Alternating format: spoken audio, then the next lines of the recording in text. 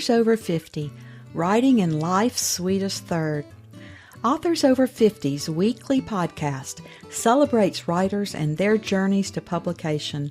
Writing after 50 is a whole story on its own, so let's skip to life's sweetest third and talk with authors about their journey from pen to publish. Welcome, I'm Julia Daly, your host, and I invite you to listen to interviews with writers who've achieved their goal of publishing a book just later in life.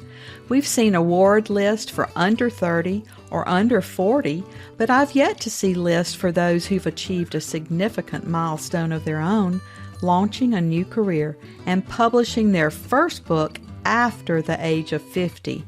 We will hear about these authors' inspirations, struggles, strategies, and the smell of that first book. These writers' journeys inspire me because I'm one of them.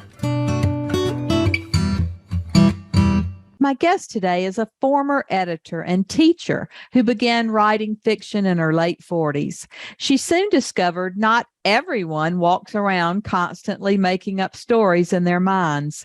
She's a history buff who spends her spare time mud-larking, metal detecting, and researching the objects she unearths.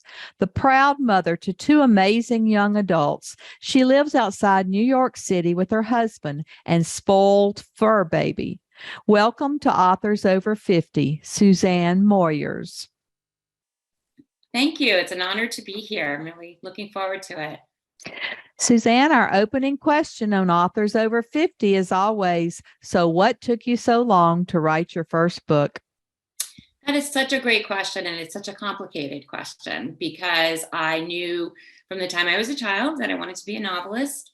I was an English major at Wake Forest University, and people would always tell me I was a great writer, but I didn't really take myself seriously. And I'm a Virgo, so I'm very practical. And I decided, I was going to be a teacher, and then I could write in the summers. And if I was a mom, I could write in the whenever. And so I became a teacher, and then I was recruited to work for Scholastic in New York City, and I became an editor. I loved it. I've had a very long path to this, but in my late 40s, when my youngest went to first grade, it just hit me. I am always writing these stories in my mind, as you said, and I don't think everybody does that. Maybe I need to write some of these down. And I think a friend actually said to me, not everyone does. I was like, really?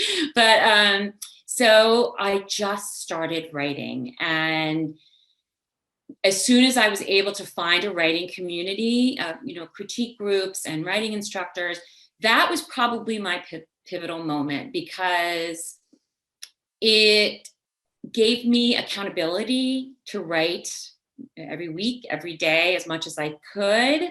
And it also gave me a place to share and gave me a place for support. And I think that was actually the pivotal moment that kept me going over the past 12 years.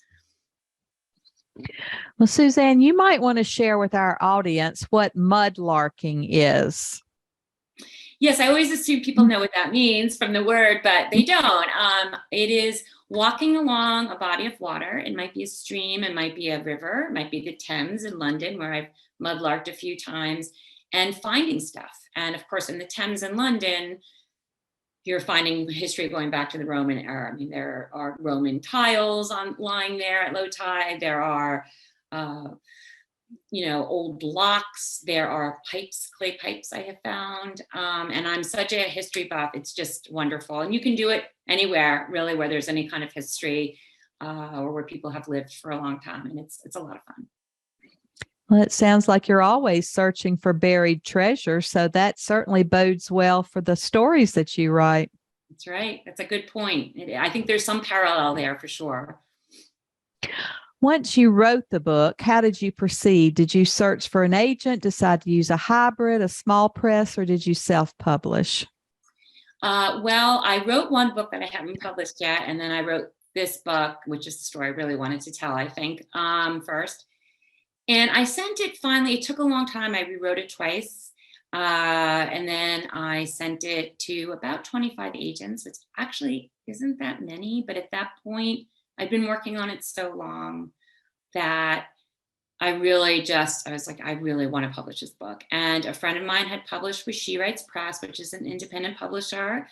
And so I happened to submit to them along with others, and they accepted me. And that was 2 years ago. So it's been a long period between actually signing that contract and getting the book in the world. But it was great because I was able to rewrite parts of it. I was able to figure out my marketing scheme. I do have a public relations firm that's helping me. But so, yeah, it was a process, but I'm really glad I did this. They are very professional. I have wonderful designers, and they are experts on publishing. They're all from the publishing field. And so that's how I decided to go. And I think it's worked for me so far. She Writes is a hybrid press and quite well respected, and they're known for memoir especially, but they also build such a community of women writers and build that community among them. Yeah, that's so true. And I think that was another thing that attracted me to She Writes, because once you have signed the contract, you have access to all these groups. There's the larger She Writes Press groups, so it might be authors who published 5 years ago. And then there's your publishing cohort. And they're the people who are publishing at the same time you are. And I call them my fairy godmothers. I've actually become close friends. Some of them live in California, but we talk on the phone. We comfort each other, not just over publishing, but a lot of things. I have made a lot of friends in the New York area from that, and priceless. It's been priceless. So, what was your inspiration for this book? Well, when I was 16 years old, I was your typical self-involved 16-year-old, and my grandmother had moved from her Texas farm to our home on Long Island. And I remember seeing her one day in our living room, holding her arms out to an empty corner and crying, "Papa, why did you leave?" And it literally, even now, it raises the hairs on the back of my neck. There was no one in that corner, but in her mind, there was. And even at 16, this was completely blew me away. I, started asking questions about my family history. This was a chapter of family history I knew nothing about. It was not discussed. My grandmother had never talked about her father. So she had talked about the flu epidemic that she survived in 1919, actually, things like that, but she never mentioned her father. So I found out the story behind it, that he had left their family when she was a young woman, and really causing a very difficult struggle for their family. But also, they loved him, he loved them. They couldn't figure out why. And my grandmother didn't talk about it, and then here she is in her old age with all these amazing triumphs and accomplishments, but that was the one thing, right, that came back to her, that was haunting her. And it was so emotionally resonant with me that it was just in my head, and I was always figuring out what might have happened. And there's a lot more to it, but I won't go on. There was a twist of fate about the time she started seeing the ghost of her father, that informs the end of the novel. But it was actually, I don't want to spoil it, but it was actually based on a real life incident that happened around that time. So it's a really fascinating story. And I feel like by telling it, I was sort of bringing closure to that unresolved mystery in a way. What is your writing routine? Are you a morning person or a night person? That's really interesting. First of all, if I don't belong to a critique group all the time, I procrastinate like everybody does. Writing is super hard. It's very solitary. But when I'm in a critique group, I really write every day, even if it's a paragraph, even if it's a page, because that adds up. And so typically I try to get out in the morning by about 9 o'clock. I actually go to a local coffee shop. I sit there with my earbuds in, and I write and I write. And then I come home, I do what I need to do around the house. I was working part-time through most of this. And then in the afternoon, I'll go back and sometimes I'll edit what I wrote that morning, or I'll add something. So I would say I spend about 4 intense hours of writing, editing, crafting a day. Not every day, but most days. That really amazes me every time I hear a writer say that they write in public with people around and noise. And I don't know how you do it. I have to have complete silence. It has to be the perfect condition for me to be able to write and to sleep. So I guess I'm a light sleeper and writer. Well, that's interesting because I'm similar and I'm a bit of an introvert, but I think writing is so intensely solitary for me that I just need something going on around me. And I always have my earbuds in. I'm not a big fan of noise. So I have like white noise. Yeah, I know. I don't know what it is. It just, I have to be out there doing, it's like going to work every morning, like separation between home and work, I think. What does the title of your novel mean? Very interesting. Going along over the years, I had several titles to the book. It started out as a young adult book, completely different perspectives. Over the years, it evolved. And when She Writes Press began designing the cover, which they're masters at, it got to the stage where they said, this is okay, everything's done. Make sure this is the title you want. You know, it's going to be going to the printer. And I said, wait, I didn't know if I liked my title. So I scrambled, and music was a big part of my family background. Hymns and ballads were big. My father used to sing to us. My mom used to sing to us. It was just a huge part of our lives. And I started going through our old music books that I saved and looking for a song or something that would resonate. But it took me going on the internet. I found this ballad called The Turtle Dove, which is hundreds of years old. And my protagonist's father has Irish background. And so the song is so haunting and beautiful. You can listen to it on YouTube or anywhere. It's in the public domain. And it's just a haunting story of loss, a journey. It suggests a journey, a promise made. So it was perfect. So I took the repeating refrain from that book, and that became my title. Well, tell us more about your publishing journey. Were there challenges along the way that you can share? Was there publicity that worked or didn't work? Well, I'm really in the throes of my publicity campaign right now because my book was released a week ago exactly. And I hired Booksparks to help with some of my publicity. They've been great. And they sort of handle the more the social media, especially Instagram, because that's not really I love Instagram, but it's not my thing so much. So that has really been wonderful. And I would probably do that again. I have many friends who have published traditionally recently, and even they wish that they had sort of hired a publicity person or done a lot more of their marketing, because I think the big publishers are not doing as much for most of their writers at this point because of cost.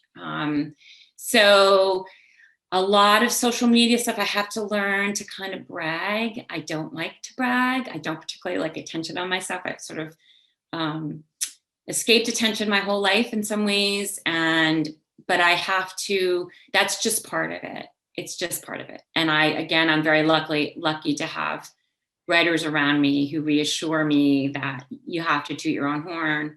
That's the way it is. So I do a lot of stuff online and other ways otherwise. Writers would rather be writing, not promoting themselves. So even with a public relations and marketing background, it is difficult to promote ourselves. I can promote you all day long, but when it comes to promoting myself, it's more difficult. Yeah, it is. I don't know. I think also being a woman, I'm not used to owning my accomplishments, and it's good for me. I've had to learn to really believe in my work, and that has not been easy. Well, can you describe the editing process that you chose to use for this novel? Again, I had an amazing critique group, and they were my best editors, and they were incredible in that they were other writers and my writing instructors who could criticize me, but in a way that I was able to listen. I hate getting critiqued to this day. I'm much better at it, but I still hate it. But I also see it as it's just absolutely necessary to becoming a better writer. So that helps me. And I've learned to take criticism a lot better. Those are my best editors. I did hire a developmental editor at one point.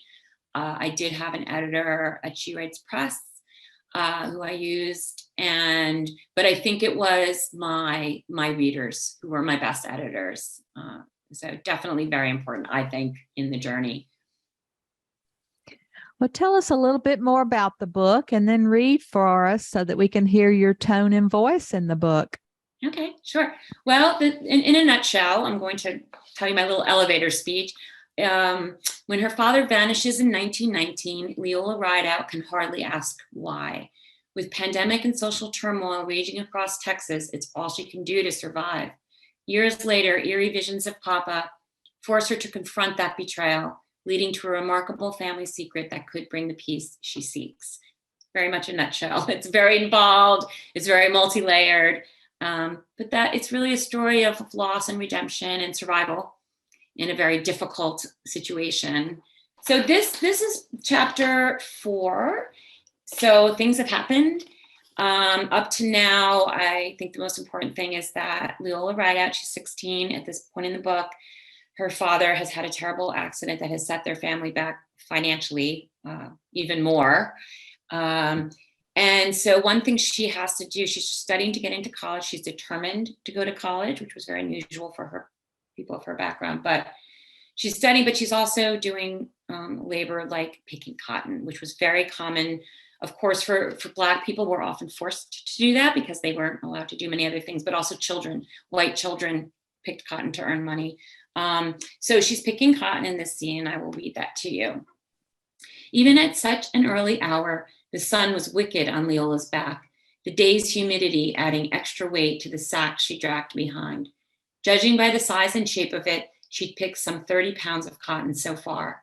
Another 70, and she might earn enough wages for a bag of flour, real coffee instead of the usual chicory root they brewed, maybe some bacon to tide them over until hog killing. Perhaps she'd even put some aside for that mail-order dress she dreamed of, or the pattern and fabric so Mama could make it for her if she ever had time.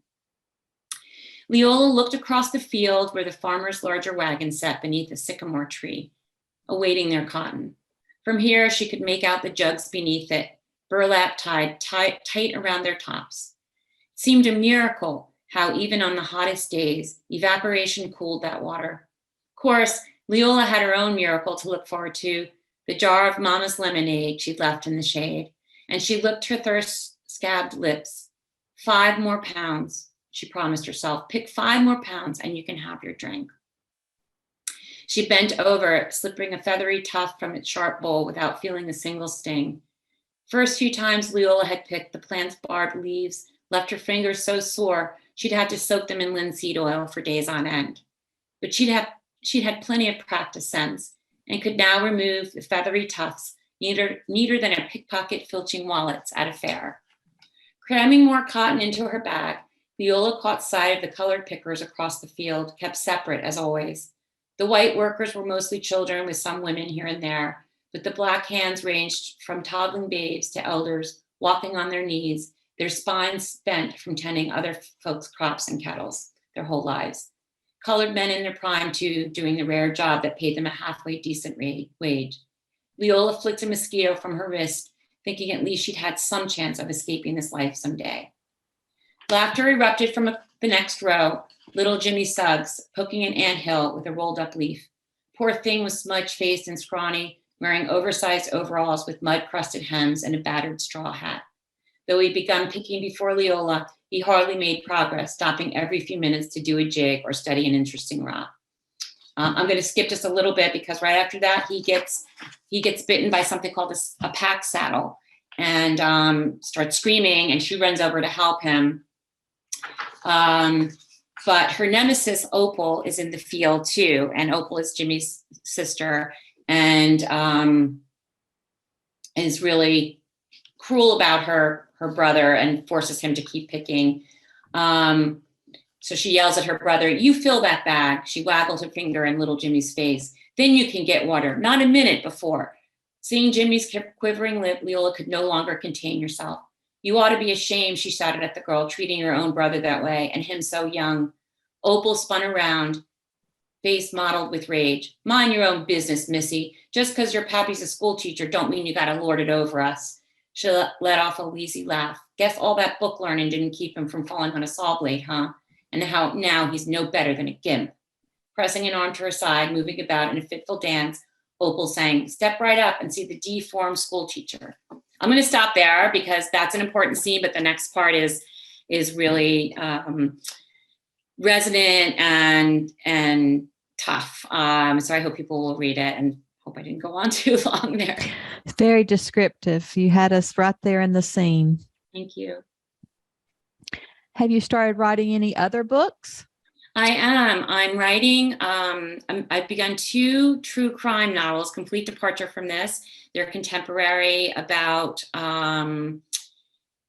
women who commit acts of crime that no one would ever expect. One of them is based on a true story. So I'm working on that. And I'm also thinking about writing another historical novel, this one about a family of female Dutch traders in New Netherlands, or in New Amsterdam, New York City now, in the 1600s. So I'm experimenting with lots of things. Well, true crime is certainly hot right now. It is. And I'm fascinated. I'm like one of these big Dateline watchers, and I listen to all the podcasts, and I love the psychological study of those characters. Yes. I've started reading psychological thrillers, and I'm just sucked into every one of those. I know. It's just like, it's so how the human mind works and how good people go wrong. Right. Well, our last question is always, our writers over 50 are a unique set. Do you have any advice for writers 50 and above? Well, I think writers over 50 are at the place where they can write. I think with the amount of experience that you've had over 50, you have a great resource. You have a well of knowledge that you definitely don't have when you're 30. And I think there's some great young writers, but it's hard for me to figure how people can have that emotional connection to their stories and their characters without that wealth of wisdom. So I think it's a perfect time to start writing. I think you do it. I think you stop doubting yourself. I think you find your community. That's huge, and you will find it if you look. And you keep going. It can be a great time to start this career. Well, Suzanne, I think that's a great place for us to end today. We appreciate you being with us, and we're so excited for your new novel. Congratulations on the launch. You know, there's very few of us in the country who actually can create a book and to get it published. A very small percentage, even though there are like 1 million books a year published in the U.S., it's a small segment of the population. So we congratulate you on finishing your book, and we look forward to reading it. And we're happy to say that you're now one of our authors over 50. Thank you so much, Julie. It was a pleasure to speak to you. Thank you for joining us today. Please look for Authors Over 50 every Thursday, when we will have conversations with accomplished debut novelists over the age of 50. Please subscribe and share with a friend, and check out my own publication journey after 50 at www.juliadaily, that's D-A-I-L-Y, like dailynewspaper.com. Until next time, keep reading and writing. And remember, it's never too late to fulfill a dream in life's sweetest third.